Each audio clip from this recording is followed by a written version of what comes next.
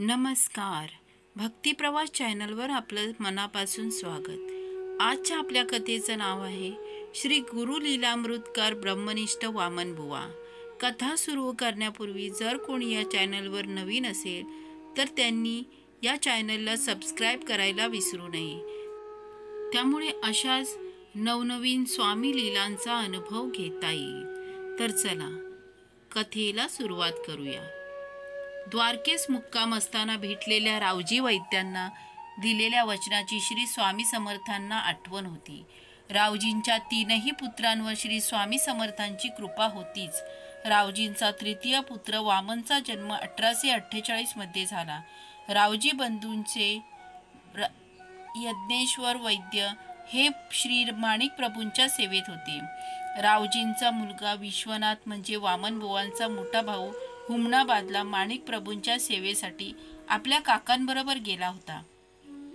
ते साल इसवी सन 1855 होते. त्यावेळी हुमनाबादला माणिक प्रभूंच्या दरबारात एक प्रसंग घडला. सायंकाळची वेळ होती. श्री माणिक प्रभूंच्या दरबारी टाळ मृदुंगांचा घोष चालला होता. अचानक वातावरणात बदल होऊन दिव्य प्रकाश चमकला आणि 3 दिव्य यती तेथे प्रकट झाले. या तिघांमध्ये असलेल्या अजानुबाहू तेजपुंज संन्यासाचं रूप दैदिप्यमान होतं. हे म्हणजेच आपले योगीराज होते. श्री माणिक प्रभूंनी योगीराजांस आलिंगन दिलं आणि आदराने उच्चासनावर बसवून त्यांची षोडशोपचारे पूजा केली. गुरुदेव दत्त नामाचा गजर चालूच होता. अक्कलकोटचे बाबा सबनीसही हुमनाबादला सेवेस असल्याने या प्रसंगावेळी ते उपस्थित होते. त्या माणिक प्रभूंनी बाबा सबनीसांना योगीराजांची ओळख जगदीश्वर अशी करून दिली आणि सांगितलं, लवकरच हे जगदीश्वर स्वामी तुमच्या अक्कलकोटास येतील. वामनबुवांच्या बंधूस म्हणजे विश्वनाथास श्री प्रभू म्हणाले, तुझा कनिष्ठ बंधू वामन या यतिवर्यांचा एकनिष्ठ भक्त होईल आणि यांच्याच कृपेने ब्रह्मनिष्ठ पदी बसेल. योगीराजांनी विश्वनाथास जवळ बोलवलं आणि आपल्या गळातील हार काढून त्यांच्या 7 वर्षांच्या लहान भावास म्हणजेच वामनासाठी प्रसाद म्हणून घेऊन जाण्यास सांगितलं. वयाच्या 9व्या वर्षी वामनाचा अहमदनगरला उपनयन संस्कार झाला. वडील बंधूंच्या मार्गदर्शनाखाली त्यांचे वेदांचे अध्ययन चालूच होते. त्यांचा कल धार्मिकतेकडे होताच, परंतु ज्यांच्यापासून मनाला समाधान मिळेल असा गुरु मात्र त्याला सापडत नव्हता. दरम्यान वडील रावजी यांचं निधन झालं. वामनाने पुढे धुळ्यात शिक्षण घेऊन आपलं गाव वांबोरी गाठलं. पुढे नगरला नोकरी करत असताना त्यांच्या कानावर श्री स्वामी समर्थांचं नाव आलं. नंतर मातोश्रींना घेऊन ते पुण्यात तुळशीबागेपाशी येऊन राहू लागले. यावेळी श्री स्वामी समर्थांनी स्वप्न दृष्टांत श्री दत्त रूपात येऊन त्यांच्या हातावर तुळशीच्या 3 मंजिरी दिल्या. एकदा वामनबुवा आपल्या 2 मित्रांसह एका पुराणिक बुवांबरोबर सत्पुरुषांबद्दल चर्चा करत बसले होते. एवढ्यात एक तेजपुंज ब्राह्मण त्यांच्याजवळ आला आणि म्हणाला, सद्गुरू वाचून सर्व व्यर्थ आहे. वामनबुवा उत्तरले, ज्यांच्यामुळे चित्त स्थिर होईल आणि परमार्थिक समाधान मिळेल त्यांनाच आम्ही सद्गुरू दत्तात्रेया समान मानू, परंतु अद्याप मला असं कुणीही भेटलेलं नाही. तो ब्राह्मण चटकन म्हणाला, तुला सद्गुरू दत्तात्रेय स्वरूप यतिवर्य श्री स्वामी महाराज अक्कलकोट इथे दर्शन देतील, लवकर जा. असं बोलून तो ब्राह्मण अचानक गुप्त झाला.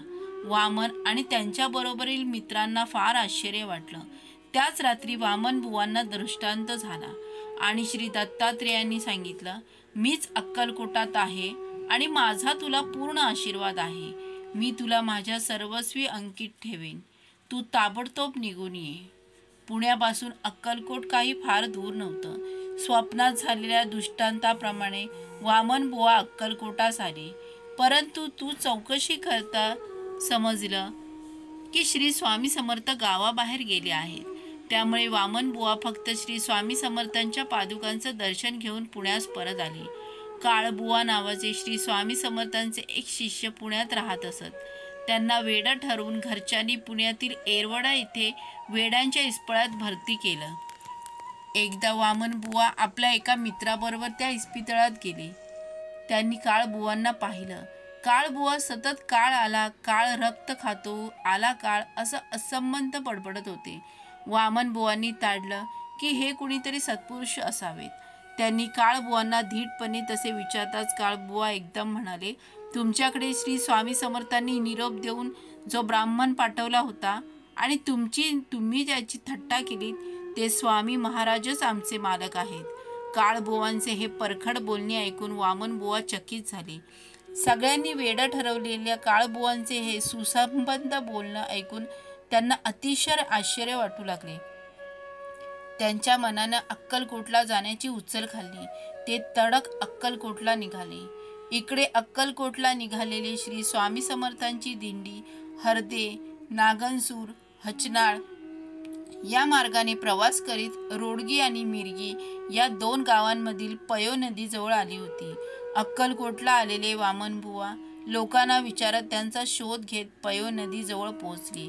दुरूनच त्यांना भगव्या पताका घेऊन एक दिंडी आलेली दिसली.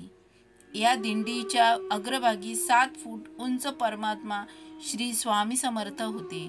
वामनबुवांनी धावतच जाऊन त्यांचे पाय धरताच योगीराज श्री स्वामी समर्थ म्हणाले, का रे, आमच्या ब्राह्मणाची थट्टा केलीस? या शब्दांनी वामनबुवा वरमले आणि त्यांना अंतरीची खून पटली. वेळ आली होती.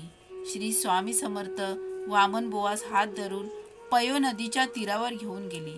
नदीच्या मध्यात पाण्यावर स्वस्तिकासन घालून बसले. नंतर दोघे जण स्नान करून तीरावर आले. वामनबुवांना जगदीश्वर श्री स्वामी समर्थ आपले सद्गुरू होणार म्हणून अतिशय आनंद झाला होता. श्री स्वामी समर्थ अत्यंत प्रसन्न होते.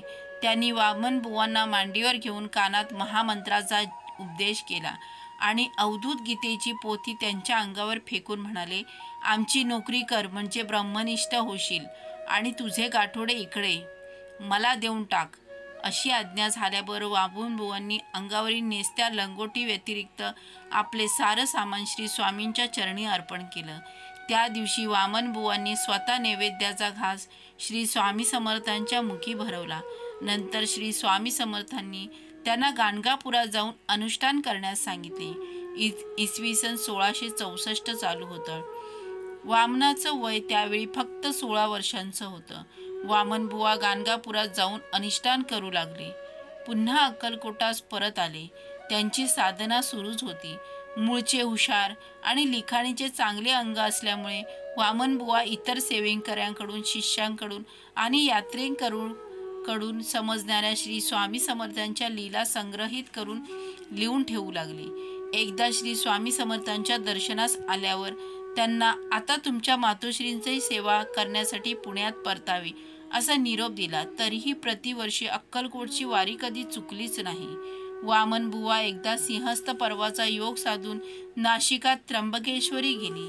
गंगा स्नानादी विधी करून ते सप्तशृंगी निवासिनी आदिमाया जगदंबेच्या दर्शनास गेले. आपल्या कुलदेवतेचं यथासांग पूजन आणि ब्राह्मण भोजन घातलं. मंदिरात त्यावेळी भोपे नावाचे गुरुजी होते. त्यांना वामनबुवांनी भक्तिपूर्वक विनंती केली की माता जगदंबेच्या मुखातील तांबूल मला प्रसाद म्हणून मिळावा. परंतु भोपे यांनी त्यांना फुकट प्रसाद देण्यास नकार दिला. वामनबुवांनी आता मातेकडे हट्ट धरला की माझ्यावर तू प्रसन्न असशील तर तुझ्या मुखातील तांबूल आपोआप माझ्या हाती पडावा. वामनबुवांनी मनोमनी सद्गुरू श्री स्वामी समर्थांचीही प्रार्थना केली. जगदंगा श्री सप्तशृंगी माता श्री स्वामी समर्थांची अंकित होतीच. तिच्यासाठी परमात्मा योगीराजांनी खास तांबूल कुटून दिलेला तिच्या स्मृतीत होताच. भगवतीच्या तोंडून आपोआप तांबूलाचा प्रसाद वामनबुवांच्या हातात पडला. भोपे पुजारी बघतच राहिले. असं काही अद्भुत प्रथमच घडत होतं. वामनबुवांनी कृतार्थ भावनेने तांबूल प्रसादाचं सेवन केलं. श्री स्वामी समर्थांच्या कृपाछायेत वामनबुवांच्या साधनेची वाटचाल सुरू होती. श्री स्वामी समर्थांच्या आज्ञेने वामनबुवांनी द्वारका, नारायण सरोवर, प्रभासपट्टण, सुदामपुरी, कोडीनार, समुद्रतट, गिरनार पर्वत, डाकोरनाथ आदी तीर्थांच्या यात्राही केल्या.